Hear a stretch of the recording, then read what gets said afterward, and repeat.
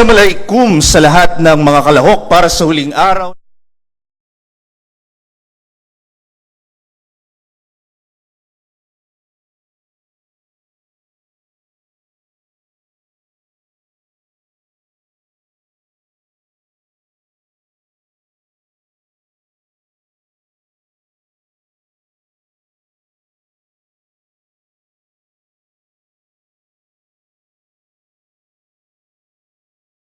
Nakatuon ngayon ang ating sipat sa pagbibigay kapangyarihan at kumpiyansa sa mga katutubong pangunahing gumagamit ng kanilang wika tungo sa pagbuo ng isang inklusibong bansang tahanan ng 130 katutubong wika.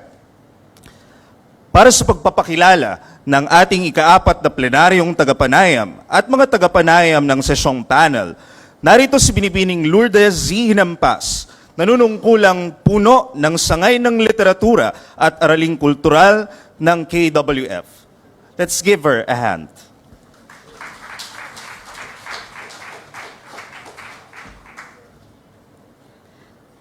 Magandang umaga sa ating lahat. Good morning, everyone. Ikinagagalak kong ipakilala ang ating plenaryong tagapanayam sa araw na ito.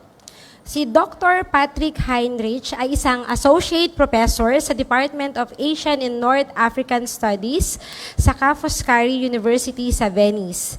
Bago naging bahagi ng Ca' Foscari, nagturo siya sa mga universidad sa Germany at sa Japan. Ang kasalukuyan niyang interes sa saliksik ay nakatuon sa sosyolinguistika at nanganganib at muling pagpapasigla ng wika. Kamakailan ay naging editor siya ng mga aklat sa English. Ang pinakahuli niyang monograph ay ang The Making of Monolingual Japan. Pinagkalooban siya ng Japanese Association of Sociolinguistic Sciences ng taunang gawad sa saliksik noong 2010 at pandangal na miyembro ng Foundation for Endangered Languages. Ang atin namang mga panel na tagapanayam ay nakasama na natin sa mga naunang araw. Si Dr. Marlene Habud mula sa Pontificia Universidad Católica del Ecuador at si Dr. Brendan Fairbanks mula sa University of Minnesota. Sila po ang ating mga huling tagapanayam para sa araw na ito.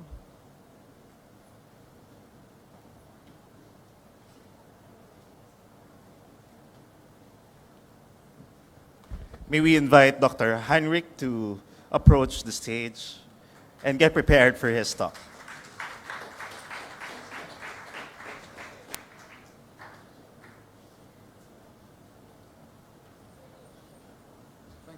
Thank you very much. Kind introduction. It's a pleasure and an honor to be here. I was asked to talk today about new methods, how to study endangered language, how to document endangered languages. As you could hear in the presentation, I'm a social linguist. The main part of my work is actually in the sociology of language. And language endangerment is caused by economic and social changes. So I will be talking about that mainly. What is the state of the art? How do sociologists of language look at language endangerment? And I'd also like to point out that promising new directions that we should engage in. On the picture here you see Venice. This is actually the place Ca' Foscari. Ca' Foscari is the name of a palace. Yeah, let me start right away. I'll be talking about language shift, loss and adaptation, because in order to understand what we can do to revitalize language, it's very, very important to understand and to differentiate the individual cases. I'll be then talking about something that I call language endangerment dynamics. That's an idea I developed a few years ago because I did not like most of the ideas about language endangerment because they tend to be ad hoc. That is, people talk about their case and then they add and add and add and add while they theorize about it. And that is the very difficulty that we have to do when we talk about language endangerment. We have to do justice both to every individual case that we study, but at the same time we have to identify common features that all cases of language endangerment share. And I think we've been a bit weak on the second part. We have not sufficiently talked about what all endangered languages share. And part of that is that the first works in language endangerment set out theory very much. So I'm thinking of the work of Susan Gall, Joshua Fishman, and so on and so forth, which were based on very, very few case studies at the time. And since that, in the past 30, 40 years, a huge amount of case studies have been added, but we have not theorized the outcome so far. So I think there's an urgent need to do that. And I'll be talking about that in the second point. Then I will talk what consequences this has for research on endangered languages. And finally, I'll be talking about endangered language and well-being, a topic very similar to that of Michael Walsh. That is something that I'm currently moving into. I'll be sharing my ideas about that, which are slightly different from those of Michael, but that is not a contradiction, but just a complement to how to look at language and well-being. Okay, so what are endangered languages good for? That's the main thing. I mean, we really have to clarify that because we all share concern for endangered languages, but not everybody does. So let us just look at what we know so far. Endangered languages are good for economical reason, and you see that, for instance, this is a street sign in Japan, in the island of Okinawa. There's a restaurant called Paikaji, and Paikaji is an Okinawan term, right? So they named their restaurant with an Okinawan term. It means southern wind in Okinawan, because they think it's more appealing. You know, more people come to the restaurant. So endangered languages have specific functions. And if you look for them, you can trace them very, very easily, for instance, in the linguistic landscape. They're also important as a knowledge resource, and a great amount of work on that has been done, and we've heard about that knowledge that is encoded in language about the environment, about the culture, about fauna, flora, and so on and so forth. So that is what endangered languages are good for. Then a statistical resource. I was very pleased to hear that in the Philippines, the language revitalization movement seems to be always somehow connected also to art and literature, so aesthetic effects. We all like foreign languages. Very often if we meet somebody and we find out, you know, oh, that person speaks Finnish, or, you know, any language we haven't ever heard, we very often ask, could you please speak a bit? Because we generally enjoy diversity. We as humans like diversity, we really enjoy it. And that, you see that endangered languages have material which is aesthetically pleasing, and as a matter of fact, it's put into effect for that. And finally, and we also talked about that, language is a tool for self-empowerment. So if you say this is our language, this is our people, you can use that to make political claims, to steer your own course, to ask for cultural, political autonomy. So language is a very, very important tool, and if you use the language, you lose the basis to make these claims. And all of this, I think, summarizes that language is a tool to promote well-being. All of that is very, very good for its speakers. Losing that means losing a resource to be well, to be healthy, to be happy, to live a meaningful life.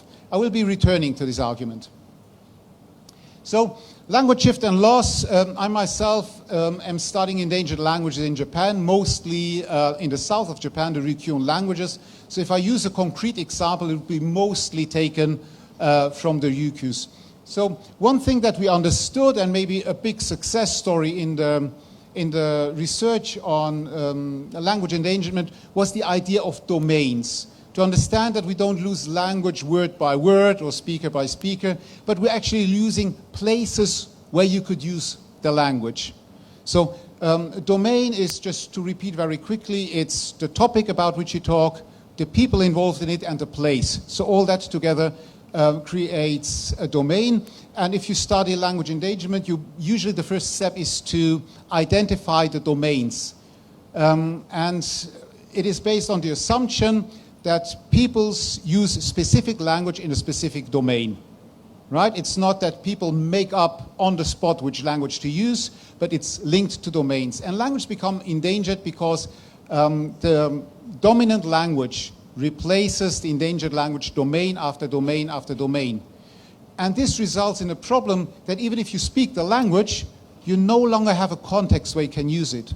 So language revitalization is not simply documenting the language or teaching the language, it's driving back the dominant language and creating new spaces where the language is used. We saw that yesterday in the presentation of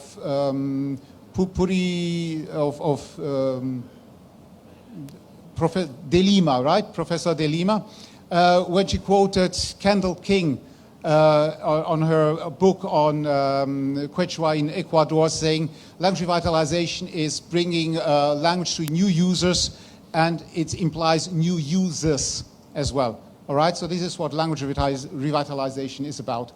So this is language shift in the Ryukyu Islands. You can study that. You see that it started administration, education plays a major role, both in language endangerment and also in language revitalization. We've heard that already.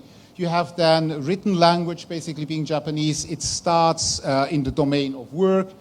And the crucial domain, of course, is family. We all know once it reaches the family, it becomes endangered because it's no longer transmitted naturally.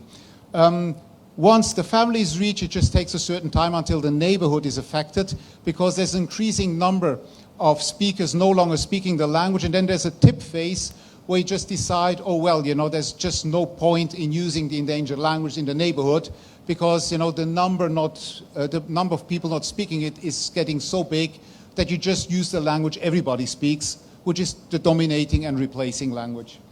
There's two secure domains in the case of the Ryukyuan languages. These are religious, so there is shamanism in the Ryukyu Islands, ancestor worship, and your ancestors, of course, speak Ryukyuan languages. You cannot talk to them, you cannot pray with them, you cannot communicate with them in any other language but Ryukyuan. And the other is performing arts, so songs and theater is very, very strong, and that's a real blessing for the Ryukyu Islands that they have this, and that is widely popular and appreciated. Along with language shift comes something which is very often confused, but something very, very different, namely language loss. A language which is undergoing language shift means it's being used in increasingly fewer domains, and that has an impact on the language system, right? Language shift is the loss of use, whereas language loss is the loss of linguistic material, if you want. It's a simplification of the language. So one thing, for instance, since the language is shifting in what we call higher domains, usually, like work, education, administration, the first thing that gets lost are usually polite registers.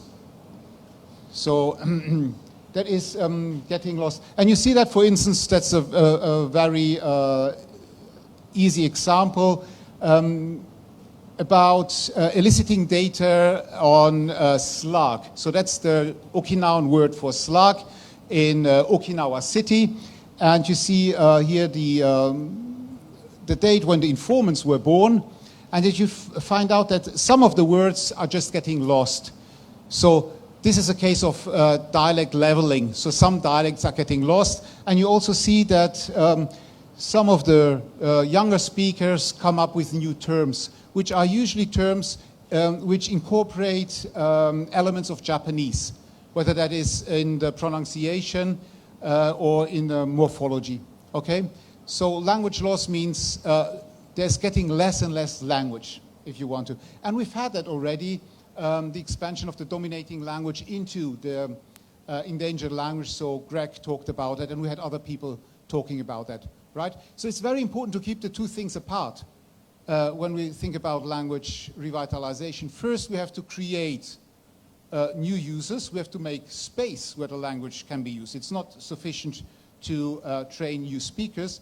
And then the language that you have at hand is very often a thinner version of what it used to be, okay? So, and not long ago, this is also important to remember because we are all here and seeking to revitalize languages. This was seen as progress, and Salem talked about that yesterday. That was orchestrated and driven by language policy. So, it was the objective of driving languages out. So things have changed. This is now, again, data from the Ryukyu Islands.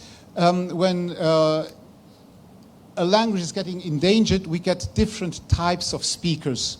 And this is one of the major reasons why we have such puzzling numbers of speakers that Michael, for instance, presented us, because everybody probably defines speaker differently.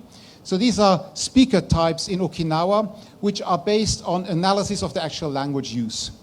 So what is FS is called full speakers. These are native speakers and native speakers who are able to talk in all social settings, Okinawan language, including polite registers, polite speech. We then have rusty speakers. These are also first language speakers, native speakers, but they have not learned to make, for instance, a public speech in Okinawan. They would not be able to use the language on formal occasion. So they have a reduced register, right? They have suffered language loss. We then have the semi-speakers. These are people who have been exposed to it but have been discouraged of speaking it. And very often you can work with them very, very well in the field because they're able to help you with transcription and they understand a great deal of the language. But if they have to put together language, it takes forever, right? They very often like to write emails because they can think about it, look up stuff. And if you give them enough time, they come up with, a small text in 15, 20 minutes. And then you have the non-speakers. And this is then the data that we received from the case of Okinawa itself. And you would see when were the last full speakers born, when were the last rusty speaker born, when were the last semi-speaker born. And then you can look at, of course, at life expectation. And you can clearly understand how language shift evolves over time. So the language is still there, but the fluent speakers, the full speakers are getting less and less. So you have to rely on the rusty speaker. Further, you have to remove on the semi-speakers. And language revitalization takes time at a specific point of time, namely right now, 2018. So this is the situation, right? You have very few full speakers left, rusty speakers. So bringing language back to higher registers is getting very, very difficult, and you would need to rely on documentation on that. And you also see that there's a real urgency to move because language revitalization is difficult. And the further you delay it, the more difficult it is. So when you do research on language shift, language endangerment in your communities, look for different types of speakers, understand what the dynamic is, understand, how long they will be around. And you see, the prospects for Okinawan without language revitalization are bleak. So this is a language that would be set for extinction in this century if no counteraction is taken, because you already see that, the last active speakers, will die out before 2050. The semi-speakers will be those who can help you to analyze the data. They will be gone by 2085. So even if you sit on data, there will be nobody around anymore who can actually work with the data, explain you, transcribe it, analyze it, okay? So the earlier you start, the better it is, right? That is very, very important. And I think it's encouraging to see from the little information I could gather from the situation in the Philippines that you have a lot of languages where language shift is in its early stage. So if you start now, you have a very, very good opportunity to strengthen the language, to make sure it stays in important domains. That is something very, very different from a language that has arrived here. Revitalizing that language, is a whole different task.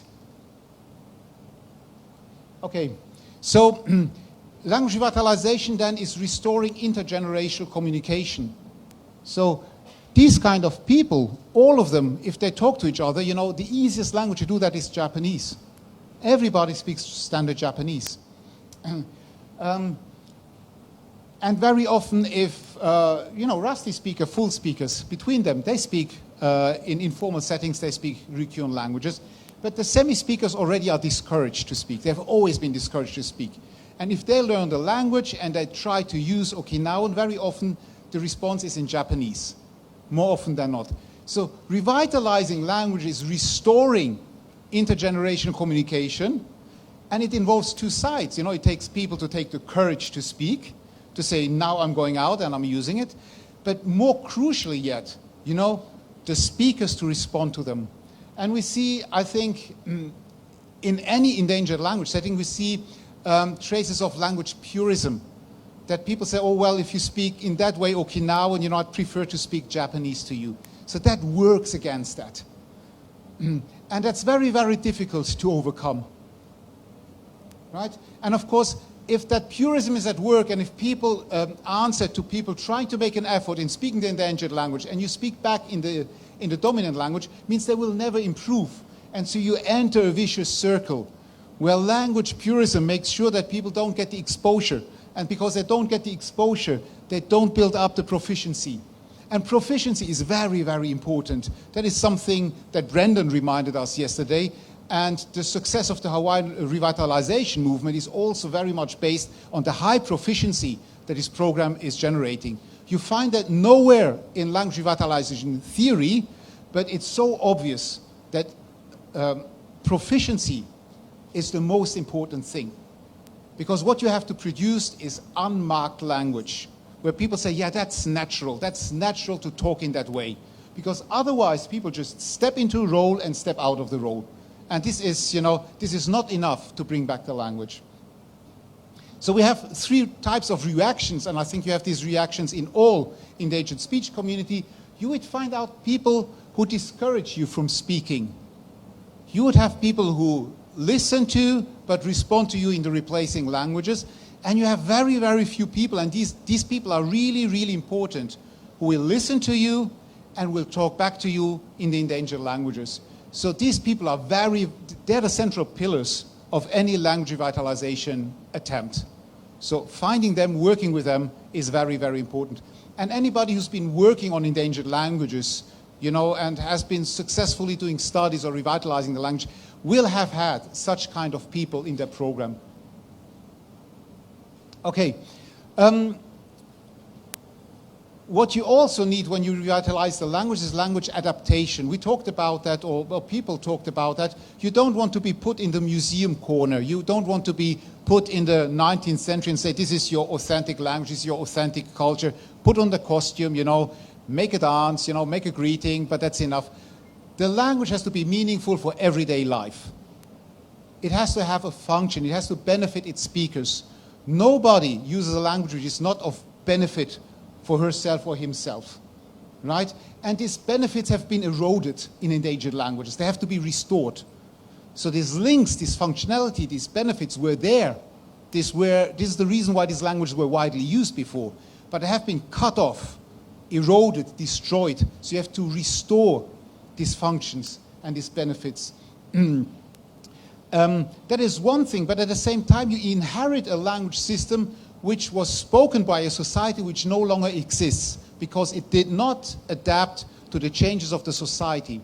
So if you study Ryukyuan languages, you would find out that it's the language of a feudal society, of an ancient kingdom, where there's a distinction between gentry speak and commoners speak. And so if you now want to revitalize the language, you basically have to pick a choice. Which one will you choose? Will you choose, the gentry version? There's good reasons for doing that because, it's very cultivated and it's written and the songs are in it and the theater plays are in it. But at the same time, of course, they were oppressing the commoners. The majority were the commoners. And people will remember that, that life in the kingdom, or they can read it up, was not great fun. It was harsh. People working themselves basically to death, just making sure, they would stay alive. So what we're having, however, in Okinawa is that people have chosen the gentry honorific versions. So you, is ya, and ita, and all the others are getting lost. So you purposefully also have to trim down the language sometimes because you no longer need a distinction between gentry and commoners if you make the language relevant for the 21st century. All right? That's language adaptation. Language adaptation is not only developing new vocabulary, to talk about stuff that is existing there. It also means sometimes getting rid of stuff because you no longer need it, right? It no longer reflects the basics of society. This is a bit of a problem when you revitalize the language. It has taken many, many years of debate to bring back Okinawan in public sphere. And the first one was actually this one in the monorail, which connects Naha Airport with the ancient castle of the kingdom, Shuri Castle. It took many years until they were convinced that they should also have the Okinawan version of announcement. So the version said, Haisai Okinawa Toshi Monorail Yureun Kai Noiga Mensochi Kumisochi Ippe ni Hedebiru Nahakuko Yaibin. And it was on for a couple of months, and lots of people were very, very happy with it, until the old gentry speakers, the Shuri speaker says, well, that's not polite enough. You know, they said, this is commoner speech. You know, so purism kicked in, and it was actually taken off. It was taken off. And there was a lot of debate. There was a lot of debate for 2 years, and now it's still not on the monorail, but they put a similar version on public bus now. So you see, there's conflicts in language revitalization because people want to have, you know, they have different ideas what the language should do and what variety, social variety in this case, you should choose to represent the language. Okay? So these are conflicts, right? It's not that a community, you know, sets its goal to say, we want our language to stay. You know, we're proud of our language. So Okinawans have arrived at this point. But if you're at these points, you face these kind of problems that you have to make a choice. And this is something that community members have to discuss between themselves, and they need space to discuss that. It takes a while. So linguists can play a role. I was asked several times what my point is on that. And I said, well, I'm fine with, I think that version is good enough. And I also said, I think if you want to choose, you know, which language to revitalize, you know, taking the gentry language is very, very good because it's so cultivated. You know, it has been used in much more domains. It has also been, to some extent, written. So you can draw on that, you know. It's a shortcut in revitalization because you have more stuff that you can use. So that's just my suggestion, and then I go on and discuss these kind of things. So if we look then at language revitalization, there's various schools of thought about that. And I thought it's very important that you understand that people have different ideas and different approaches when they talk about it. An outmoded school of thought was that of language engineering, which was very positivist. They thought, you know, there's a language problem, you fly in the linguist, he looks at it, proposes a solution, and everything works fine. So nobody believes in that anymore. But the early stuff in the 60s, 70s, you know, it's very, very positivistic. There's a problem, you fly in the specialist, they propose something, you know, please implement it, and your problem is gone. It's more complex than that. There's the school of language management, which evolved from that, where people said, well, sometimes you cannot solve the problem, but you can manage it. You know, you can make it less pressing. You know, you can see what is at hand. You know, what can you actually do in order to improve your lot? And that was more hands-on, more pragmatic. You have the school of language rights, right? We talked a lot about language rights. Salim mentioned that in 2 talks here. So that is another concept, you know, of trying to support language revitalization. There's a school of language regime, and I will be talking about in more detail because that's mainly the approach that I'm using. You have also language as a heritage. So this is the kind of stuff that you find in UNESCO Atlas, right? It sees language as intangible cultural heritage, and as such, it should be, you know, protected and for humankind, not just for its speakers. So that is a very, very particular approach. Okay, and you know, I don't want to say it's a bad approach, but just make sure that there's various approaches how to do language revitalization, how to discuss language revitalization, and you come up with different research agendas and agendas how to act upon that. And then there is language ecology, which I think is a very, very good approach because it's very comprehensive. Language ecology studies language in its cultural, historical, economic, political environment. And this is where it has to be studied in order to understand why it is endangered. Because no language is endangered for the language itself. the language as such, you know, very often it does not play a very important factor. I don't want to say it doesn't play any factor at all, but not the most important factor. And there is, if you look at language ecologies, you should identify types of language ecologies. So you have emergent ecologies, you have multilingual ecologies, replacement ecologies, exploitation ecologies, and glocalizing ecologies, and they're very, very different. The main distinction between them is that most ecologies are competitive. So most languages in contact across the world are languages in competition. And guess who wins? The stronger, the more powerful language, the more powerful, stronger community, right? So language revitalization has to try to arrive at stable multilingualism. It has to arrive at a situation where the languages are no longer in competition. Otherwise, you permanently have to put in effort to keep the weaker language alive, right? It's like pumping air in a tire with a hole, right? So it has to be stable. And it can only be stable if different languages do different things. Nobody speaks two languages, we do exactly the same stuff.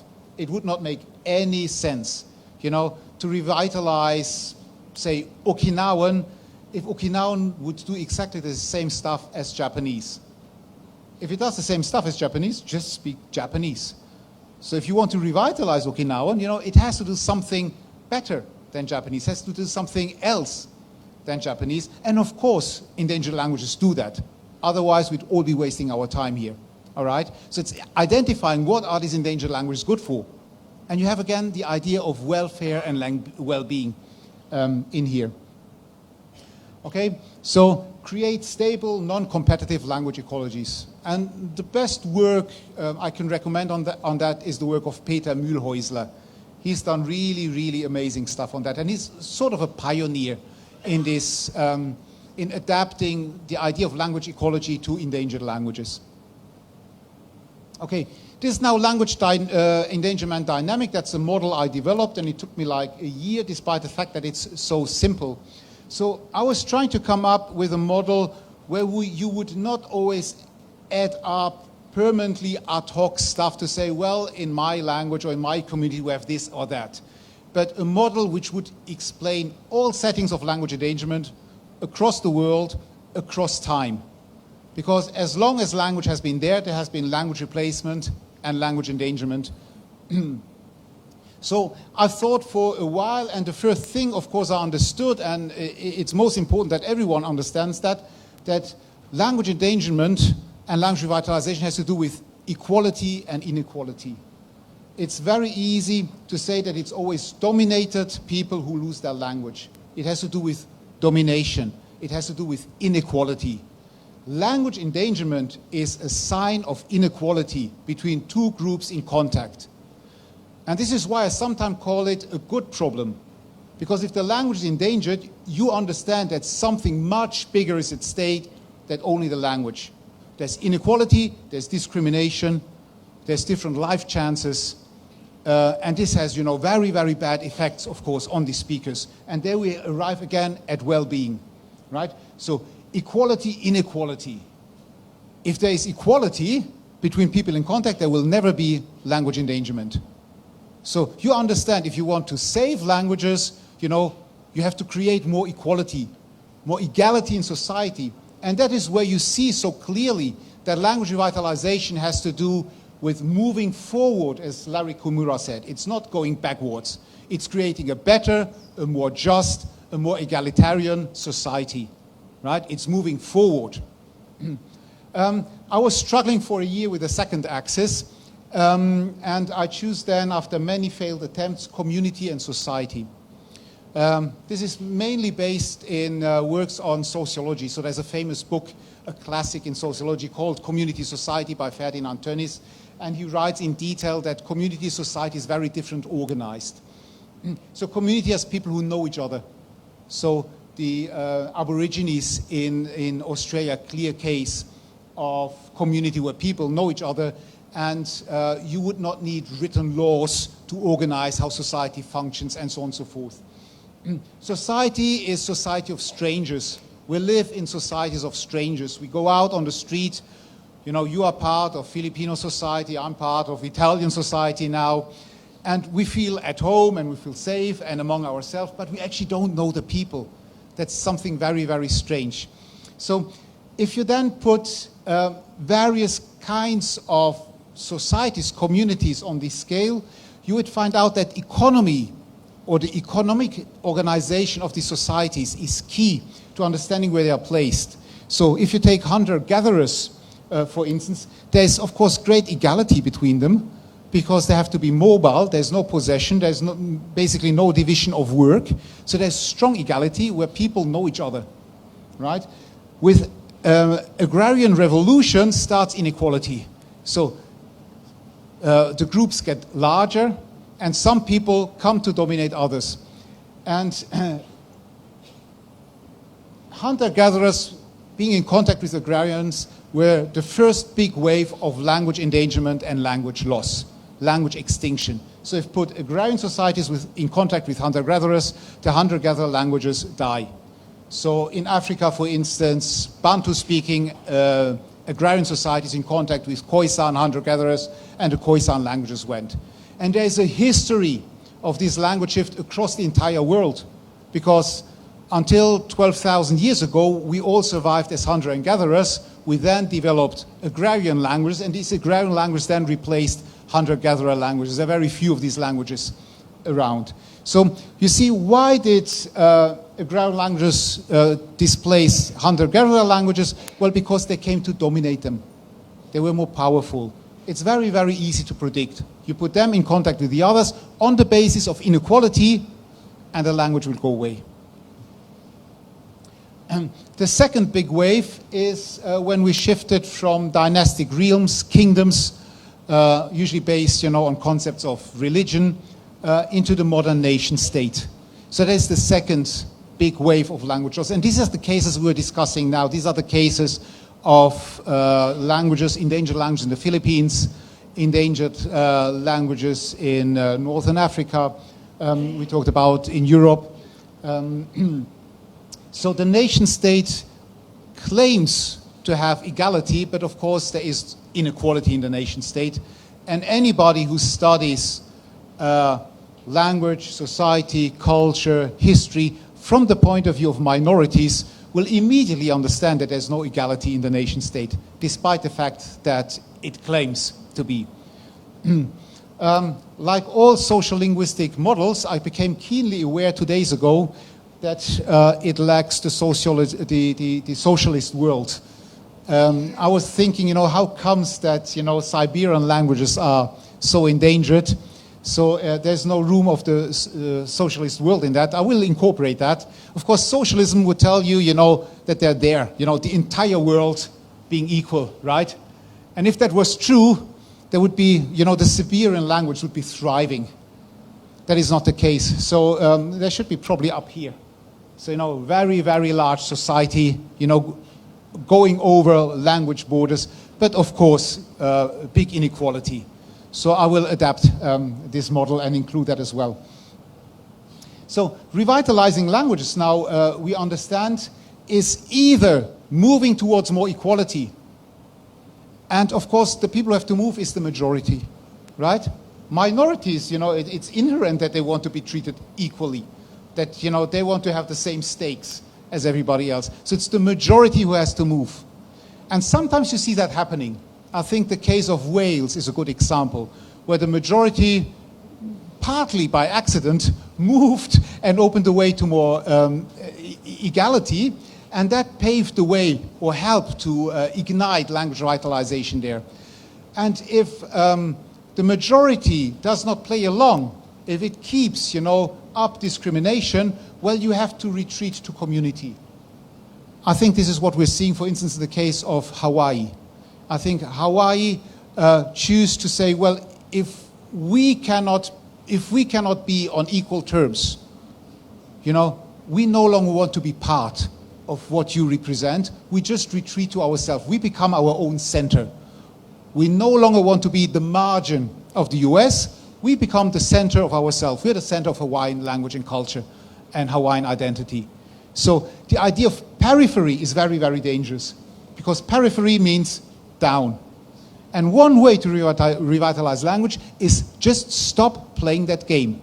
If you are being discriminated against, if there is no movement to equality, you can always retreat to yourself. Okay? And we see both of these happening in language revitalization. There's only two options to do that. Either there's change for more equality, or people will retreat to themselves. So the best thing, to revitalize language is to treat minorities fairly, equally, It's very, very progressive. You do good, and living in such a society is also good for society. Everybody profits from equality. It's not only good for minorities, it's good for majority as well. Okay, so you need to understand, what are the present-day dynamics in the Philippines, right? And I think, the work of this commission, the school we saw yesterday, I see that as a sign, of creating a more egalitarian society, of understanding, what they want might not be what the majority wants, but you support them. You show solidarity, to their concerns. So it's a change, it's a good change. You're creating a better society if you do that. Another thing that I would like to point out is that we have to understand that language endangerment is very, very complex, because it involves various very different phenomena which interact on one another. And this is what I call a language regime. So a language regime is made up of language policy, and all of us study language policy, right? We go there and look at, what does the state say, what are the official languages, what's the status of the language, where can it be used, can it be used in education, can it be used in the linguistic landscape, are there radio, TV programs on it, and so on and so forth. There's language attitudes. Many of us work on language attitudes, right? We look, what do people think about their language? Do they think positively about it? Are they ashamed of it? So we heard a lot of that in this conference so far. And then there's the actual language behavior. How do actually people speak? Will they reply to you if you give an effort to speak that language? And all of these three interact. And the modernist dream, so the dream of the nation state, the dream of the 20th century was this: creating monolingual societies. And you had the language policy supporting that, standard language, dominant language. The language attitude was there, this is good language, this is important language, learn that language, you be someone. And people were speaking that way. This is why we have language shift and language endangerment everywhere. So all of these three layers being in the same category means you have a stable language regime. Now the good news is that this language regime is no longer stable. We're seeing shifting, right?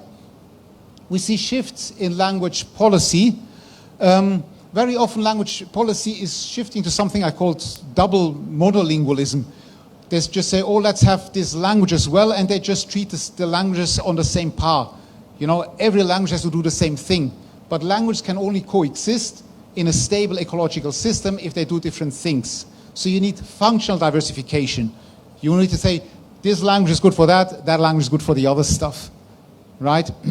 So doing as if a minority language would be the same as a majority language and the same as a global language, is naive, to put it friendly, okay? It will not work. We very often have that because, the idea of monolingualism is so strong that when people said, we need to do something about endangered language, they just took the monolingual idea and expanded it to minority languages.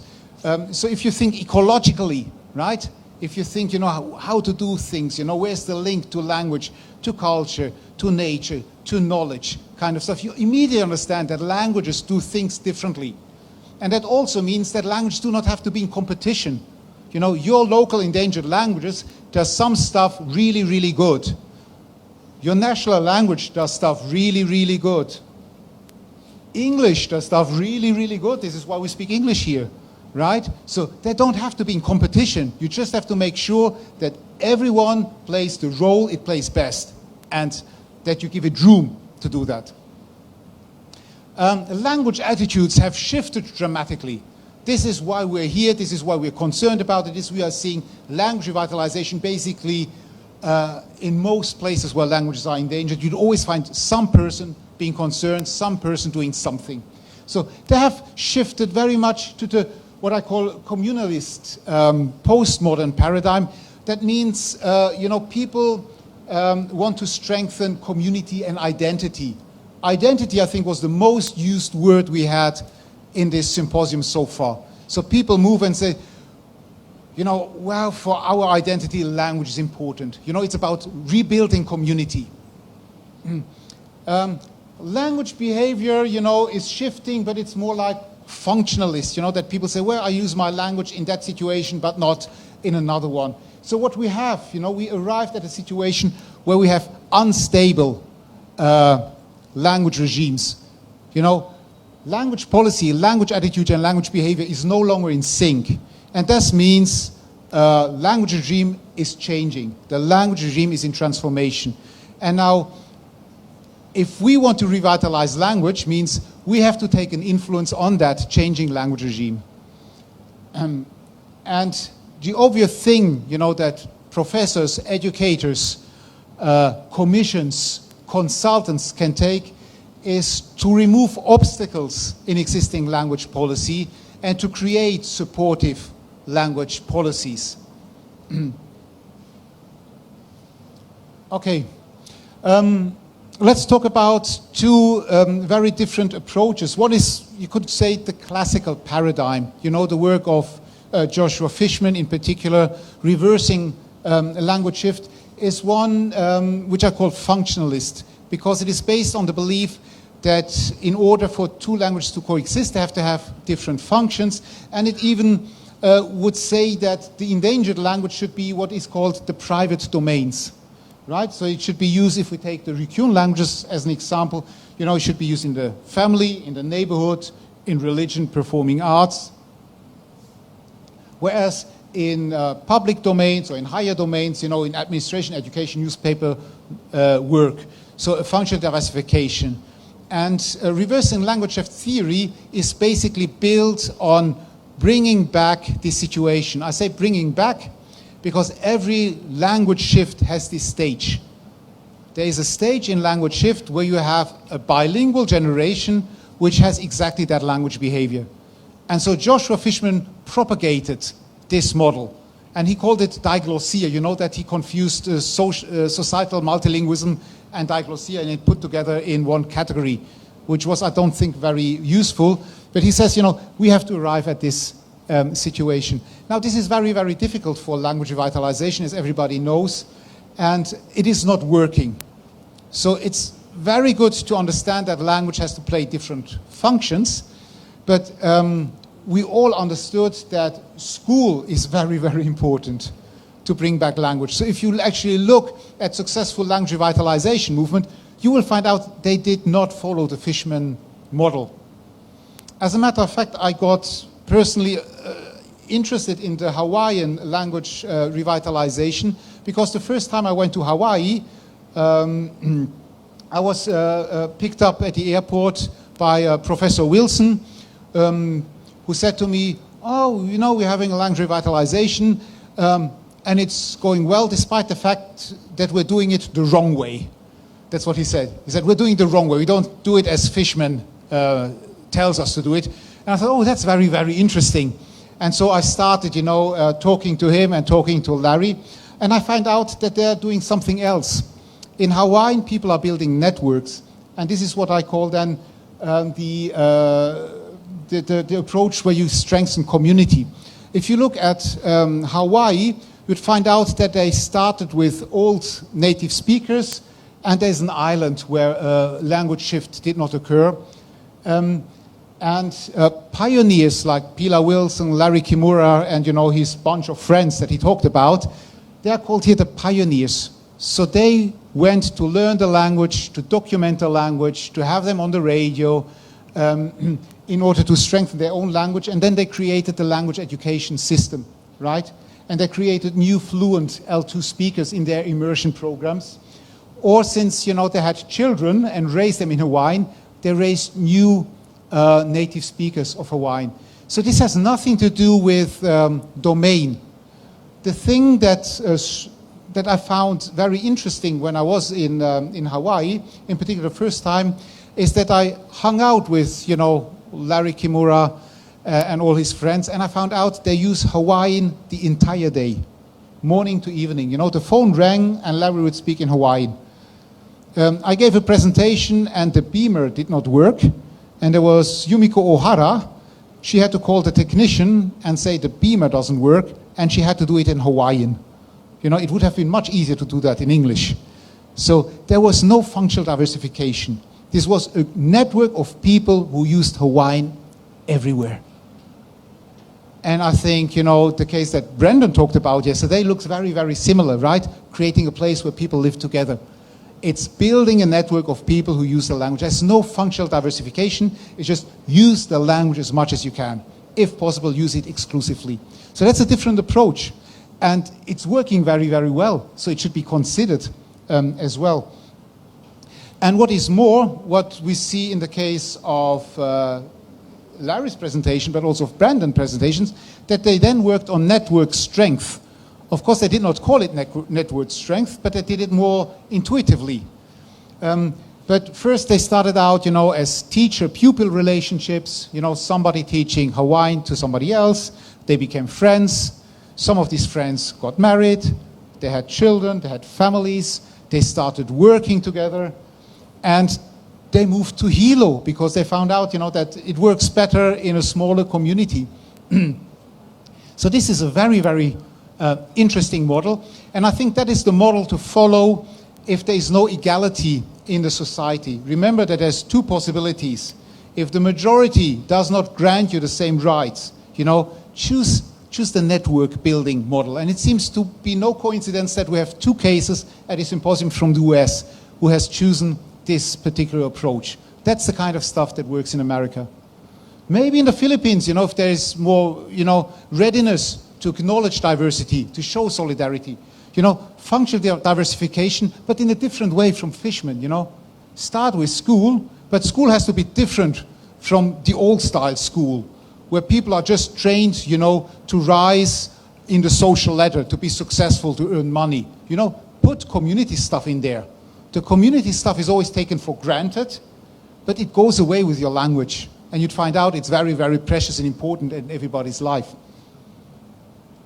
So assimilation creates problems. This is data from Ainu in the north of Japan, showing you that in modernity or in the modern period, as opposed to the postmodern or late modern period where we find ourselves, people thought if minorities are not doing well, if there is health problem, mental problem, lower life expectancy, alcoholism, drug abuse, dropping out of school, low achievement, the answer would be more assimilation, more majority stuff, more majority culture, more majority language. We know that this is wrong. It's exactly the other way around. Assimilation has been responsible for creating all these problems because the problems were not there before assimilation started. And it takes forever to get that stuff out. Here you see high school attendance rates among ethnic Japanese, if you want. They're called Wajin by the Ainu, and these are the Ainu. So you see, it took like 150 years, 5 generations until they reached that. That means like 4 generations, lived a terrible life, having to assimilate themselves. Instead of, having the functional diversification where they would have spoken standard Japanese anyhow, just leave them the Ainu language as well, And there you see the university attendance rate, and you would see university attendance rate until 2000 is basically non-existent. There's now and then a specific individual who would make it to university. And you see here in 2009 a sharp decline. And 2009, of course, is the year of the worldwide economic crisis after the Lehman shock. So you see, that's very, very vulnerable. If there is some problem, the first who will suffer will be them, right? So assimilation is not the solution to the problem of minorities, it's the cause. It's the cause of it. So that is really, people have to stop thinking. They have to stop thinking in these terms, to think that making people the same is equality. This is inequality. Making people the same is not equality, because people are different. Treating different people differently, that is equality. People treating different people the same is inequality. Very easy example, we all have different body height, right? If we say, you know, now we set the standard, you know, we're all like Michael, you know, Michael will win, you know, all the games that involve, you know, reaching out high. And I said, yeah, you know, it's your own fault, it's your own fault. You know, if people are diverse, treat them diversely, you know. Hang up the stuff higher for Michael, a bit lower for me, you know, a bit lower for Larry. That is equality. Treat different people differently. Right? But that was not what happened in the modern period. The modern period thought, make everybody the same, and in this way you create equality. It is the source of all problems of minority people. Okay, so understand, language has an impact on your life. Language can be an obstacle to be well, and language can be a tool to be well. And our work, of course, is to understand how can we employ minority language that people are well, healthy, happy, and have meaningful lives for themselves. So language can make you feel incompetent, isolated, alone, dependent. I know that myself very well because I've learned language after language after language in my life. You know, changing employment, changing countries. It's very, very hard. You know, I'm not indigenous, but I'm a migrant. And the first year in a new country is very tiresome. And you suffer. You really suffer because you become a weaker, a thinner version of who you are. And anybody who is indigenous will know that. You know, experience that the same. So language, you know, can be used to be competent, related, autonomous. And this is where we have to work on. So language can be a problem. It can cause these things. And language can be the solution. So indigenous languages have to become the solution to make people live better, healthier, happier, more meaningful lives. So this is why we need to complement the talk about language and identity with the talk of language and well-being, language and health, language and happiness. This is very, very important because this is the kind of stuff which will convince both minorities and policymakers. Okay, so one thing we did in Okinawa is to clarify what is the Okinawan language actually good for. We had a panel discussion on that. I asked the question and I noted down all the answers they were giving me. And we came up with 12 reasons in half an hour. So these were the answers that Ryukyuan language activists were giving me. They said the Ryukyuan languages are better than Japanese in order to transmit and promote deeper reflection about the Ryukyus. You know, if you want to think about your community, your history, you know, your language is best. There's no language, not even English, not even Chinese, will do the job as good as your own language. Restore self-esteem. You know, if you want to be proud of yourself, language is very, very good. I was so impressed by the video that Brendan showed us today because he's not saving the languages. You know, his program is saving people. It's making them live a good life, a happy life, a meaningful life. Promote local perspectives on language, history, and culture. No language will do that as good as the local language because it was developed by the people there in this ecological system, right? If you want to talk about your environment, whether that's cultural, you know, natural, historical, you know, nothing beats your language in that. You know, there's a seamless fit between your language, your history, your culture, your beliefs, your practices. Restore cohesion between the generations. That is something I found very, very shocking when I started doing field work, that I understood that endangered communities have basically two societies. There is, you know, the elders, the speakers, and the younger. And the younger are very often not even aware that they're excluded. But it's us field workers, we have to enter the other society, right? That's our job.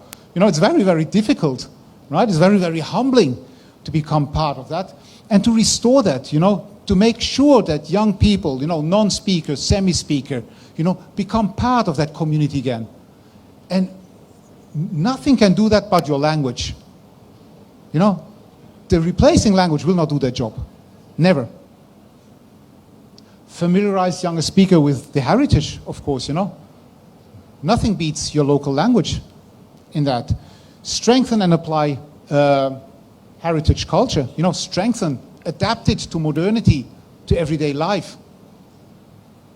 Contemporize heritage culture. You don't want to end up in the museum. You don't want to be, you know, entertaining the masses with, you know, fancy clothes, good food, and a colorful festival. You want to make it meaningful for everyday life. So contemporize it. You know, your language must be good also for getting a job, for putting gasoline in the car, you know, for getting your children a good education, for making sure your children have a good and meaningful life. Control self-image and your own education. The sad thing, for instance, in Okinawa is that there's the strong image of Okinawan as, you know, happy and nice and laid back. That's not their own image. That's not how they see themselves. This is how they're presented in order to promote tourism to the Ryukyu Islands, you know. So if you want to restore, you know, your self-image, if you want to control it, you know, your language is the best tool to do that. Maintain choices for language, identity, and culture. You know, we should not ram it down people's throats. We should not be absolutist, you know, but give them a choice. Choice is supreme in language policy. A good language policy is a policy which leaves choices to people. And they may walk down the way if they want, and others may not. There's nothing wrong with that. But give them a choice. Stop conformism to outside models. It's okay to be different. You cannot maintain a language just for the language itself. You know, it comes in a set. You have to really, really appreciate difference. One of my Okinawan students once said, well, everybody talks about Okinawan language revitalization and we have to revitalize the language, but at the same time we have to behave as if we were Japanese. You know, we have to work like them, we have to have the same value as them. And she said, it makes no sense. If we use Okinawan language, we should also have our own values, you know, and behave in our particular ways, you know, and have our own preferences in what we do. So language, you know, is a powerful tool to do that. Recognize diversity, promote tolerance, and there you see all of this also benefits the majority. Because living we live in the age of diversification, it will not go away. You know, develop tolerance. You know, don't start with English, don't start with migrants bringing money and supporting your economy. Start with your indigenous people, because you either like diversity or you don't like it. You know, saying, well, I like it if it comes, you know, in the package of, you know, Chinese economic help or, you know, English as a global language, means you're just interested in power and money. You're not really interested in diversity. If you're interested in diversity, you like all diversity, right? So this is the litmus test. If people say, yes for that, but not for that, you don't like diversity, you know, let's be frank. And contribute to communal happiness and well-being. So the conclusion of that is that endangered languages serve very, very important functions. And people are not aware of it because people don't talk about that, right? It's us who have to talk about that, you know, not as promoters of that. You know, this has a really strong scholarly basis. We can go out there and show this, you know, case for case for case, that this is the case. And this is important. You know, life is not only about social mobility, climbing the social ladder, you know, buying yourself fancy stuff, a bigger car, a bigger house, and so on and so forth. This is really, really what matters in everybody's life. Okay, so let's be very quick on that. So indigenous language, this is the kind of research I'm currently entering, and I will not have the time to talk about it. Indigenous language function as protective layer for the well-being of community members, because it closes a community. So closure is important, because otherwise there is no we without, you know, keeping other people out.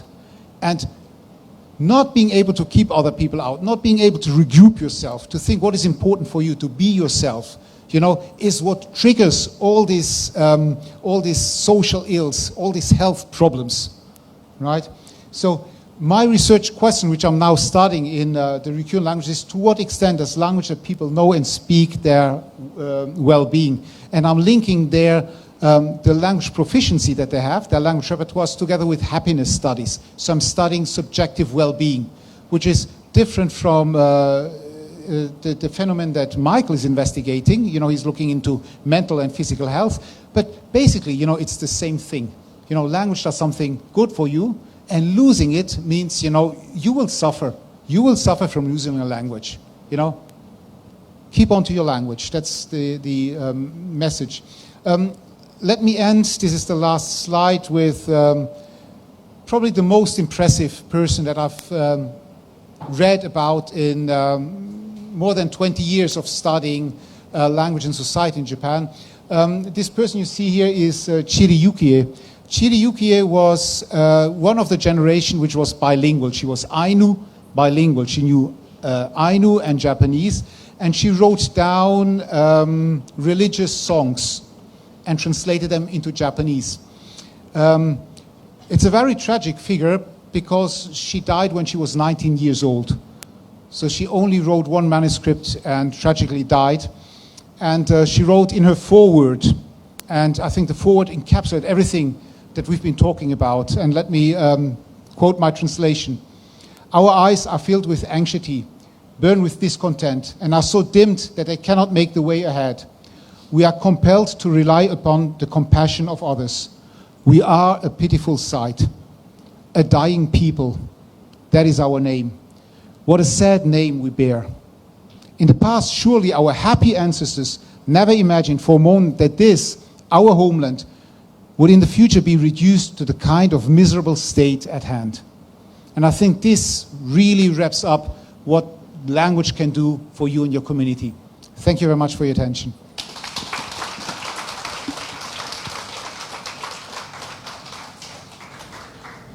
Thank you.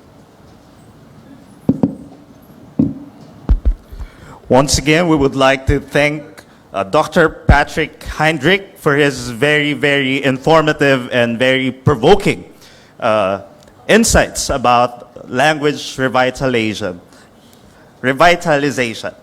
All right. It is very interesting to know that not all changes in language must be seen as progress, as Dr.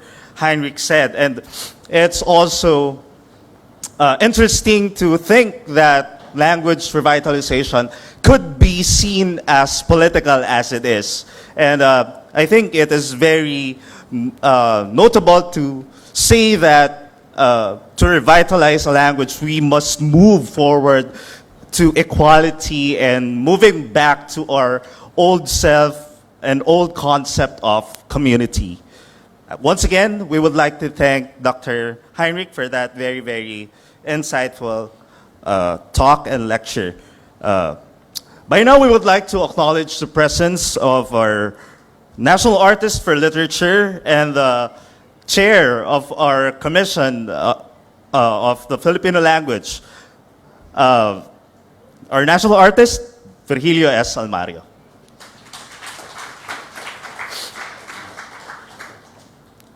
All right, well, ladies and gentlemen, friends, I will invite you now to fill ourselves up. The snacks are ready, so we'll have our break for 30 minutes and we'll be back at exactly 10:20 here at the same venue. Thank you very much. Let's help ourselves.